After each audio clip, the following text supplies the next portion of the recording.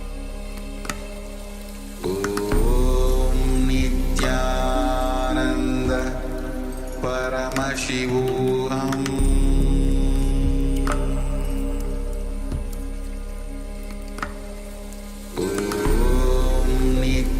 नित्यानन्द परमशिवोऽहम्